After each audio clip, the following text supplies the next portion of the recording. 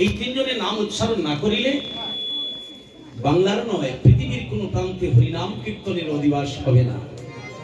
তাদের বাড়ি কোথায়, ওরা কারা এবং তাদের নাম কি? কষ্ট পেয়েছেন? জানার দরকার আছে না নাই? দরকার আছে না? খালি গান শুনলেই তো হবে না। আমার কীর্তন এইরকম খানাখানি করতেছে, মনে হয় ভাইলেছেন নাকি?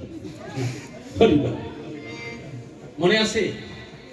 আপনারা তো দূরে, কাছের মানুষই বলো। তিনজন মানুষ নদীটা পার হলেই পেয়ে যাবেন, আর যার নাম উচ্চারণ না করলে পৃথিবীর কোন প্রান্তে হরিনাম কীর্তনে গৌরিয়া মতে অধিবাস হবে না। এখন ইংলিশে বলুক আর বাংলায় বলুক, হিন্দিতে বলুক, উর্দুতে বলুক, আরবিতে বলুক, এই তিনজন মানুষের নাম উচ্চারণ করতে হবে, তারাই আমার বাংলাদেশে। এবং তারা কারা, তাদের নাম কি? প্রতি বছরই কিন্তু হরিনাম কীর্তন অধিবাসী বলা হয়। বিশেষ করে আমি এইভাবেই বলি, মানুষের তো মনে রাখতে হবে।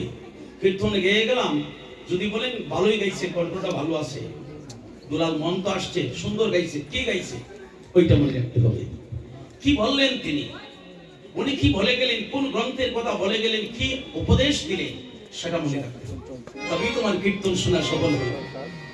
প্রসাদ খাইলাম, বাড়িতে গেলাম, এই বলি তো শেষ না। আমার জীবনের গতি করতে হবে। কারণ আমার ছেলে তো সেদিন সাক্ষী দিবে না, কিন্তু আমি বুকে রক্ত দুগ্ধ করে স্তন সোনা দিয়ে বাবা জনকাটা মানুষের মতো পরিশ্রম করে তার মুখে আহার দিয়েছে। সন্তানের মুখে আহার দিল, মা দুগ্ধ কলা দিল, আর সন্তান তার বিনিময়ে শেষের দিনে তোমার মুখে শুধু অগ্নি দিবে, আগুন। এই হলো সৃষ্টির নিয়ম। তাহলে আমার আপনকে, তাকে চিনে নিতে হবে। মনে পড়ছে? একটু সামান্য নদীতে পার হয়ে গেলেই তিনজন মানুষের নাম। তারা কারা আমি বলছি আপনারা, এখনো বলছি আমি। এই তিনজন মানুষের বাড়ি হলো মৌলভীবাজার জেলা, মৌলভীবাজার জেলা, রাজনগর থানা, মোহনলাল গ্রাম। আমার চাইতে আপনার কাছে না? হরিবল হরিবল। মৌলভীবাজার জেলা, রাজনগর থানা, মোহনলাল গ্রামে তিনজন পদকর্তা যার পদ এখন উচ্চারণ করেছে, ওই তিনজন মানুষের নাম উচ্চারণ না করিলে পৃথিবীর কোন প্রান্তে গৌরিয়া মতে অধিবাস হবে না। তারা কারা? মুখন্দ আর বাসু, কুশে কুশে জুমার জুমার হরিবল।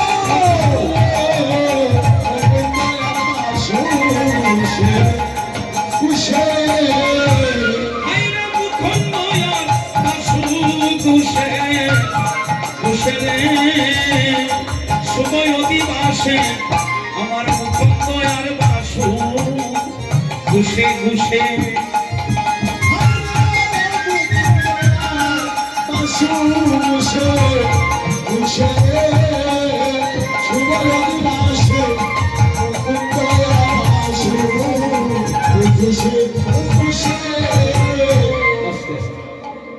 এবার দেখবেন আগামীতে যদি কোনো কীর্তনিয়া এইরকম বলে, আপনাদের সাথে সাথে মনে পড়ে যাবে কিনা, মুখন্দ আর বাসু ঘুষে ঘুষে।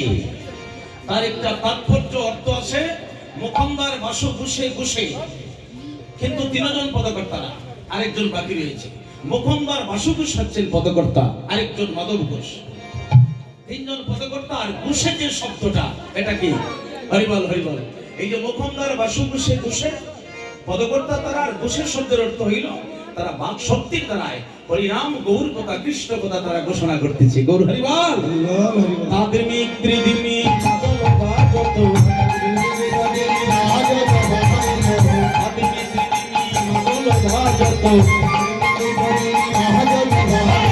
মধুর মন্দিরা রসালরে, শঙ্খ করতাল ঘণ্টার ববেল, শঙ্খ করতাল ঘণ্টার ববেল, মিল হল পদতলে তাল রে। কহতে গরায়ন্দে সগন্ধ চন্দন, কহতে মাল তীর মাল, কহতে মাল তীর মাল, প্রীতির পুলসরে বরমবে বলো,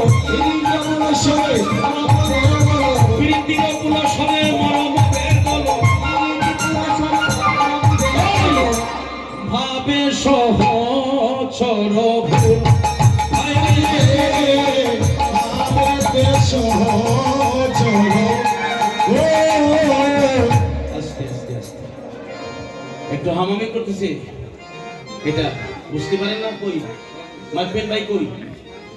এখানে নাই, ওখানে থাকতে হবে। ওনাকে বলবেন ইয়ারফোন কানে দেওয়ার জন্য। কখন কি হয় একটু লক্ষ্য রাখবেন। আচ্ছা, একটা সুন্দর কথা মনে পড়েছে, কি জানেন? শঙ্খ করতাল ঘণ্টার উপবেল মিল হল পদতলি তাল। অনেক জায়গায় গিয়েছে আপনাদের আশীর্বাদে, দেশের সীমানা অতিক্রম করেছে। এটা অহংকার নয়, এটা আপনাদের চরণদুলির কৃপা, এটার ফলাফল। কিন্তু অনেক জায়গায় দেখেছি কীর্তনের যন্ত্র যে বাজায়, যেমন শ্রীরাম সেখানে হয়, বইলার শেষ করতে পারবে, শুধু করতালের বাজনা আর হারমোনির সুর আর মৃদঙ্গের সুর শোনা যায়। কোন সময় যে হরে নিয়া পূর্ণ করে, হরে থেকে তো শুরু, শ্রীরাম হরে দিয়া শুরু করে আর হরে দিয়ে আবার শেষ করে। কিন্তু কোন সময় শেষ হয় সব জায়গায় টের পাওয়া যায় না। কেন পাওয়া যায় না? যন্ত্রে এত ছাওন। কিন্তু মহাপ্রভু এই কথা বলে নাই। তিনি বলছেন যেভাবেই কীর্তন করো তুমি, যা দিয়েই করো, যন্ত্রগুলা তুমি এমন ভাবে বাজাতে হবে যাতে তালের কারণে আমার কৃষ্ণ ভক্ত যারা, বৈষ্ণবী মায়েরা যারা বসবে পাশে, ওই তালের কারণে তাদের কৃষ্ণ কথা শুনতে যেন কোনো অসুবিধা না হয়। হরিবল হরিবল। না ভুল বলছি?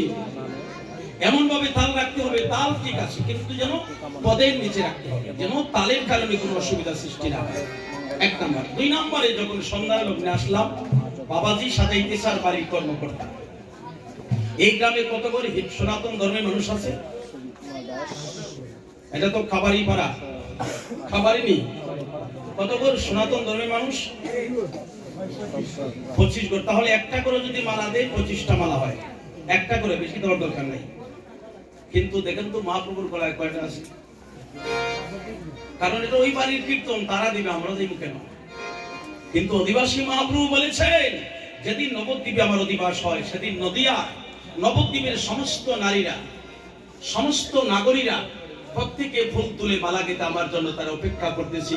মহাপ্রভু আসবে আর তার গলায় দিয়ে আমাদের মনের বাসনা পূর্ণ করবে। সেদিন সমস্ত ব্যাধির সংশোধনকারী কেউ চন্দন পুষে অপেক্ষা করতেছে কবে আসবে মহাপ্রভু আর ঘোষিত করবে। কেউ ফুল পাখি করে রেখেছে, ওই দিকে মহাপ্রভু যদি আসে আমি রাস্তায় দিয়ে দিয়ে রাখবো। কেউ মালা গেতে অপেক্ষা করছে, প্রভু তুমি আসো, প্রভু তোমার গলায় দেওয়ার জন্য আমি অপেক্ষা করতেছি। আমরা এমন মানুষ, এই গ্রামের 25 করে যদি সনাতন ধর্মের মানুষ হয়, হিন্দু, তাহলে একটা করে দিল 25টা মালা হইতো। কিন্তু দেবে না তারা, কারণ অত বুবা কিন্তু কথা বলে না তো। আজকে যদি তোমার মেয়ের অধিবাস হইতো, তাহলে তাজপুর আর বালাগঞ্জ আর সিলেটের সমস্ত ফুলের ঘর খালি করে নিয়ে আসতে। যদি তোমার ছেলের অধিবাস হইতো, তোমার ছেলের জন্য কমপক্ষে 5 থেকে 10,000 টাকার মালা কিনতে। কিন্তু ভগবান যিনি অন্ধকারে আলোয় ব্যাধিতে ঔষধি সব সমুদয় বিধাতার বিধি, এই সব উপায় না করতাম যদি, কতভাবে জীবের হইত মরণ। হ্যাঁ, আমার জন্য একটা মালা তোমার গাতার স্বাদ জাগলো না, কিন্তু কালকে যে তোমার ছেলের গলায় মালাটা দিবে, ওই ফুলটাকে ফুটায় আমি নিজে। এই ফুল গাছে জল দেয় কে? সকালে ঘুম থেকে তোকে উঠতে পারি না, যদি মোটামুটি টাকা পয়সা হয়ে যায় 10টার আগে ঘুম ছাড়ে না, সবাই না, আবার কেউ ঘুরে চলে যায়। কিন্তু এই সমস্ত ফুলের বাগানে জল দেয় কে? আমি ভগবান। কিভাবে দেই? আসমানে জমিনে প্রেম অনন্তকাল ধরিয়া, মাঝে মধ্যে রোদ বাদলে রাখে শান্ত করিয়া। যখন দিকে আমার তৃণাদবি শুনি যেন তরুণের সহিষ্ণুতা, অমানিরে মানদা কীর্তনিয়া সদা হরি। তৃণের মতো গাছ যখন মরে যায়, তখন আমি আকাশ থেকে জল দেই, ওরা বেঁচে থাকো। ফুল বাগানে যখন ফুল ফোটে না, তোমার বাড়ির ভিতরে দিয়েছো, কিন্তু আরো বড় বড় বাগান আছে, সেটা কে দিল? আমি নিজে দিই। জমিতে যখন ফসল ধরে না, আমি আকাশ থেকে বৃষ্টি দেই না, ভুল বলছি? যখন ফসল উঠাইয়া ফেলে, তখন সমস্ত জমি আমি জল দিয়ে ডুবাইয়া রাখি, যেন শীতল থাকে, না হলে আগামীতে ফসল হবে না। আর যখন জলের প্রয়োজন হয় না, আমি সূর্যের মাধ্যমে, বাষ্পের মাধ্যমে আবার আমার জল আমার কাছে নিয়ে যাই। এসব নিখুঁত চিন্তা। কিন্তু তুমি কয়টা মালা রাখবে? ষষ্ঠাই তোমায় করে সৃষ্টি, তোমার হাতে দিয়া লিষ্টি, মিলাইয়া দেখো পুষ্টি কুঞ্জ নাই কি করে। রাধে ষষ্ঠাই তোমায় করে সৃষ্টি, ওরে তোমার হাতে দিয়া লিষ্টি মিলাইয়া দেখো কুষ্টি